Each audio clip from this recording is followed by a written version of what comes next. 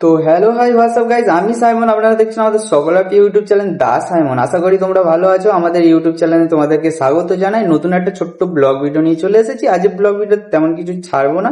আজকে ব্লগ ভিডিওতে আমরা শুধু ছাড়ছি যে আগের দিন আমরা বেদুইনে গিয়েছিলাম বারাইপুর লোকেশনে, রেলগেটের পাশেই। তো ওই বেদুইনে গিয়ে আমাদের কেমন অভিজ্ঞতা হয়েছে আর ওখানে খাবার দাবার কেমন ছিল সেটা নিয়ে একটা ছোট্ট রিভিউ থাকবে। তো আশা করি ভিডিও তোমাদের ভালো লাগবে, তো তোমরা পুরোটাই দেখো। আর আমাদের ভিডিও যাদের ভালো লাগে তারা আমাদের ইউটিউব চ্যানেলটা সাবস্ক্রাইব করে পাশে থাকা বেল আইকনটা অল মোডে সেট করে দেবে, যাতে আমাদের নতুন নতুন ভিডিও সবার ফার্স্ট তোমাদের কাছে পৌঁছে যায় এবং তোমাদের দেখতে সুবিধা হয়ে যায়।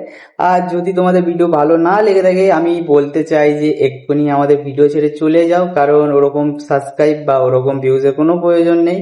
কারণ আমার প্রয়োজন আছে যারা আমাকে সত্যিই পছন্দ করো বা যাদের কাছে আমার ভিডিওটা ভালো লাগে।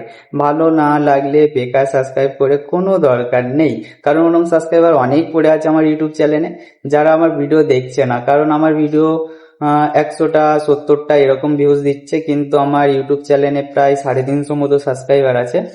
তো তাই জন্যই বলছি, যারা ভিডিও দেখবে তারাই একমাত্র সাবস্ক্রাইব করো, ঠিক আছে?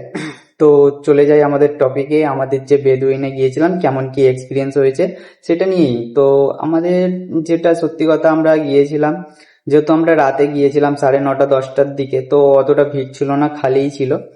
আর ওখানে কাপলরা বা ফ্যামিলি নিয়ে গেলেও খুব একটা খারাপ যে কিছু সেরকম কিছু না, ভালোই।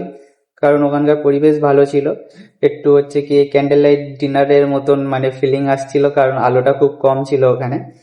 তারপরে ওখানে একটা জিনিস আমার খারাপ লেগেছে কি, ওখানে এক্সট্রা করে কারো জল দেওয়া হচ্ছে না। ওখানে কোনো টেবিলেই জল ছিল না, জল নিতে গেলে নিজেকে কিনে খেতে হবে বোতল।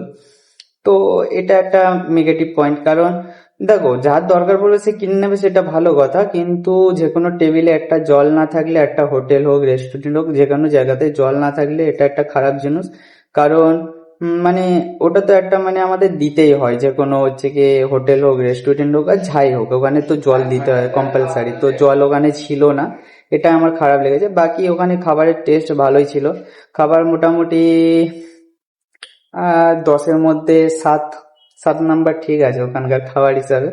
আর মটন বিরিয়ানি যেটা খেয়েছিলাম, মটনের ভেতরে ফ্লেভার আসেনি। বাকি চিকেন বিরিয়ানি ঠিক ছিল, চিকেনের ভেতরে ভালো ফ্লেভার এসছিল। আর মটন বিরিয়ানির দাম নিয়েছিল ওখানে আমাদের 220 টাকা। 220 টাকা হিসাবে একটু খারাপ ছিল। আর চিকেন বিরিয়ানি নিয়েছিল 160 টাকা, ডিম দিয়ে 170 টাকা। তো চিকেন বিরিয়ানি ঠিক ছিল, চিকেনের সাইজও ভালো ছিল। আমি লেগ পিস নিয়েছিলাম, লেগ পিসটা ভালো বড়ই ছিল। আর চিকেনের ভেতরে মশলাও গিয়েছিল আর চিকেনটা ভালো নরম ছিল। তো ওভারঅল ঠিক আছে। খাবারের টেস্ট খুব একটা খারাপ ছিল না।